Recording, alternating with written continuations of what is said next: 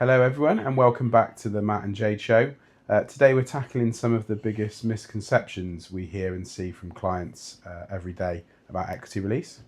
Some of them you may have heard of, but some may be totally new to you, but we are here to bust those myths and give you the answers.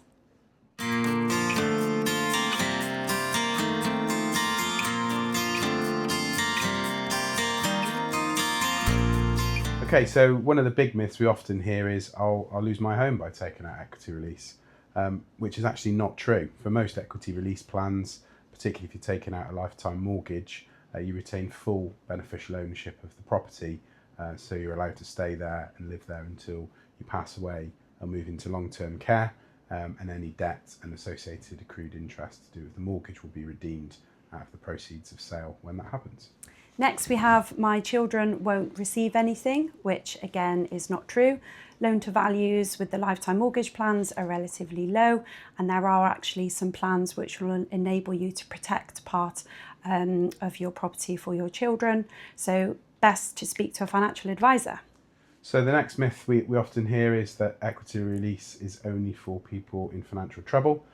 Whilst it does provide a solution for clients looking to repay both secured and unsecured debt, it's also used for a variety of reasons, from providing funds to allow important home improvements, gifting to children and grandchildren, but also to enjoy retirement and help clients who are asset rich and cash poor. So another myth we hear quite often is that you can't move house, which again isn't correct. You may be able to move home, your mortgage may be portable onto a new property, which enables you to upsize, downsize, you can move closer to family or away from family, so there is the choice available. And another myth we often hear is that interest and interest payments can spiral out of control.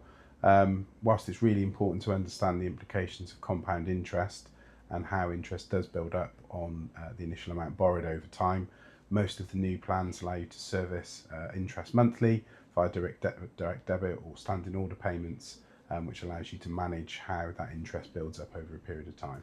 And just as usual, a quick disclaimer that all the information shared today is not legal or financial advice, and Equilor will accept no liability for any actions taken based on this content.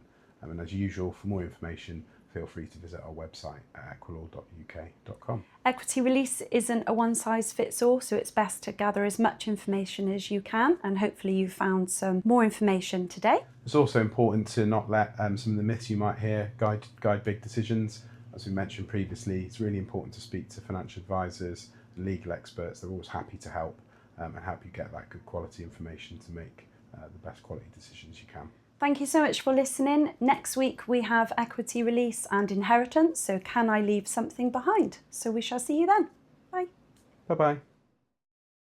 Outtakes. You're doing your bit. Oh, right, we've done your bit. Okay. Next we have that my children won't get anything at all out of my property. Oh no, I don't like that. Let's try that again.